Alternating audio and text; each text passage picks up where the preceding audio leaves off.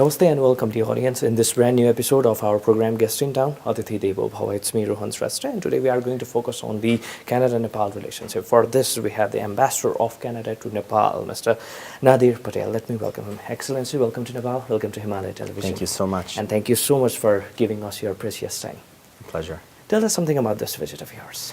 Well, it's been a 2-day visit. I met the Prime Minister yesterday, had a very good meeting with the President. We discussed the long-standing Canada-Nepal ties of over 50 years of relations, and they're very strong. A lot of people-to-people links. We discussed tourism, climate change, environment, gender issues, and the transition to democracy and how that's been functioning. We also discussed the fact that I've announced today an additional $14.9 million in new funding, of which about 10 million of that will go to a number of development partners related to post-earthquake redevelopment, additional 4.7 million to the World Bank Group, and another 200,000 for UNHCR around their work with respect to refugees. Is there any specific sector or not?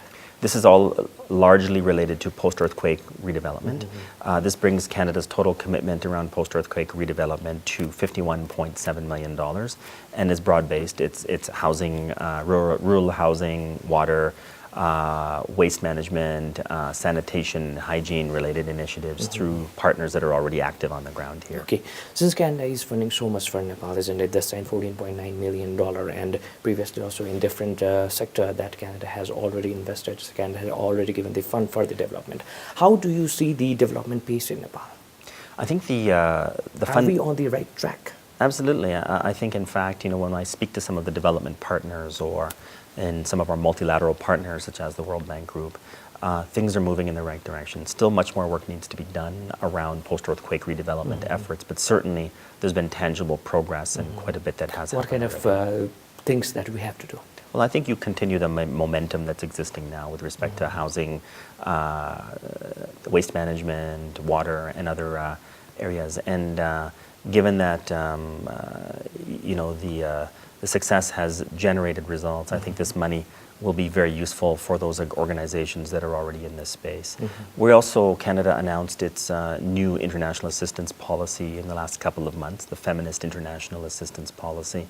And from that perspective, what kind of policy is that? So this is around international development, and we call it the feminist policy because underpinning our approach is a large focus, a primary focus on women and girls. We believe that strong investments in women and girls in terms of education, in terms of healthcare, and whatever you may have, will result in stronger social and economic prosperity for any country.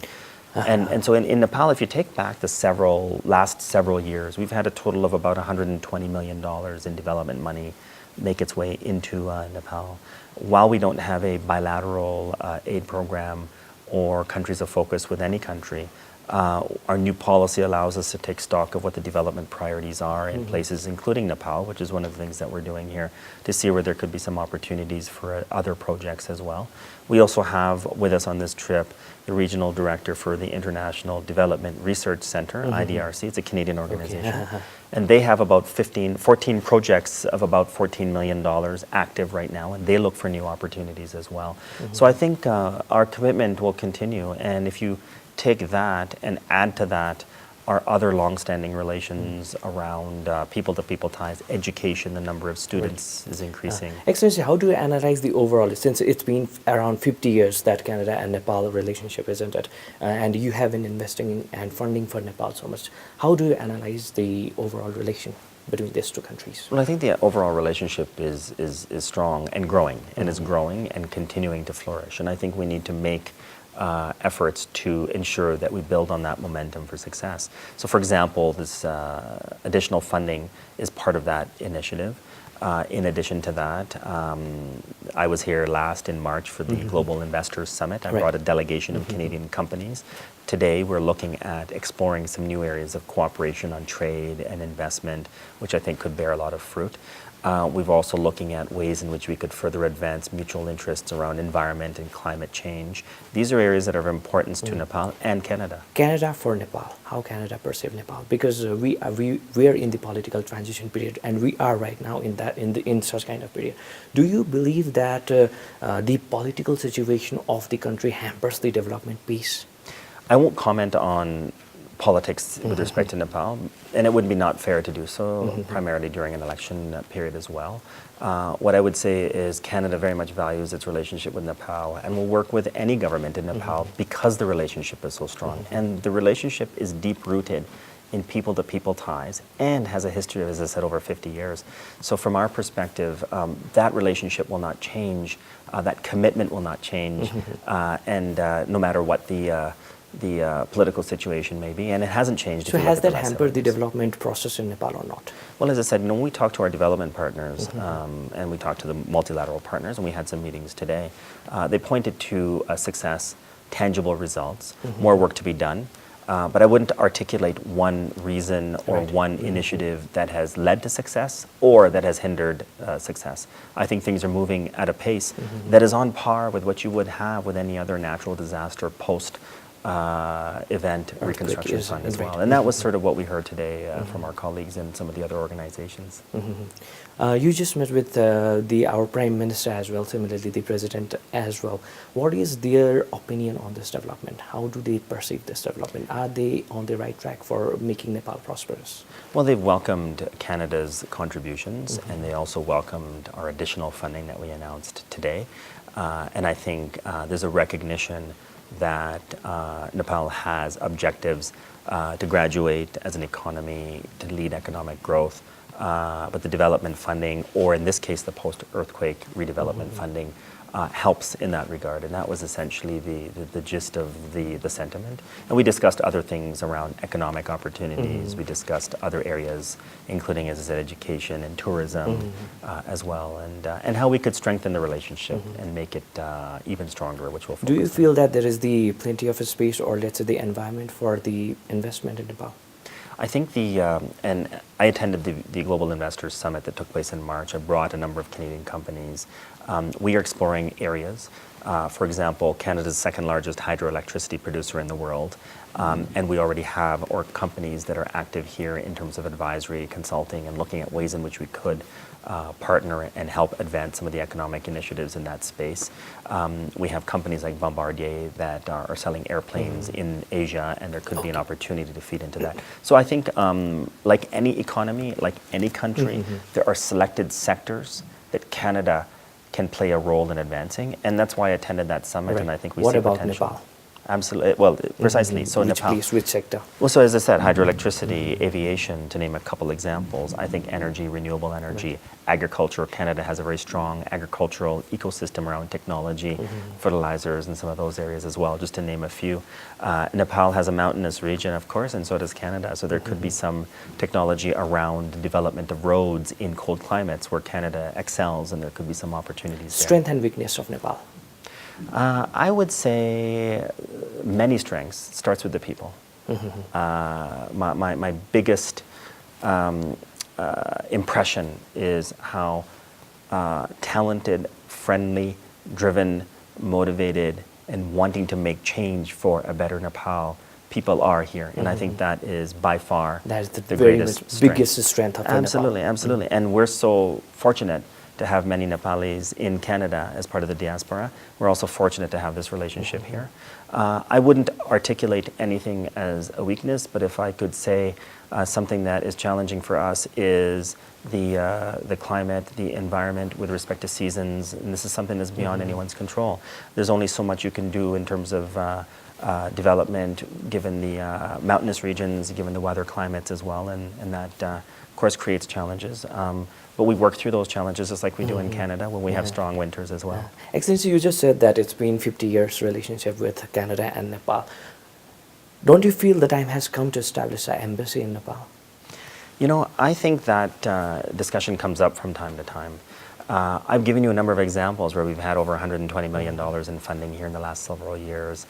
We're exploring business opportunities. We interact closely with other embassies that are based here and those that are not based here as well.